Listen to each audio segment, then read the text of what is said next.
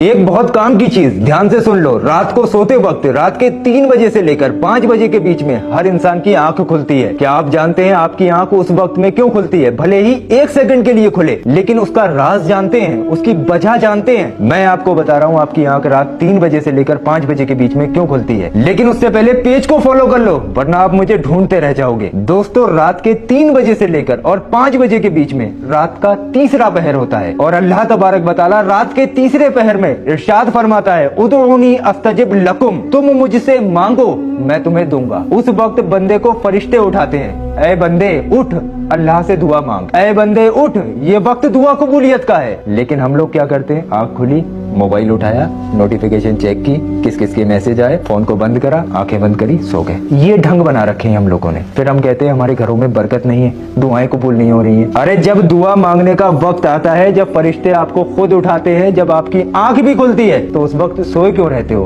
उस वक्त अपनी जबान से उन अल्फाजों को क्यों नहीं निकालते हो जिनके लिए आप पूरी जिंदगी तड़प रहे थे? इस चीज को अपने दिमाग में फिट कर लो। रात में जब भी आंख खुले तो आप अल्लाह पाक से दुआ मांगे। आपने अपने दिमाग में फिट कर लिया। अब आप लोग अपने दोस्तों में इस वीडियो को शेयर करें, ताकि दूसरे लोग भी इस वक्त को जाया न जाने दें। एक बंदा भी आपकी शेयरिंग की वजह से उठ गया और उसने अल्लाह से तौबा कर ली, तो आप लोग समझ भी नहीं सकते आपको कितना सवाब मिलेगा।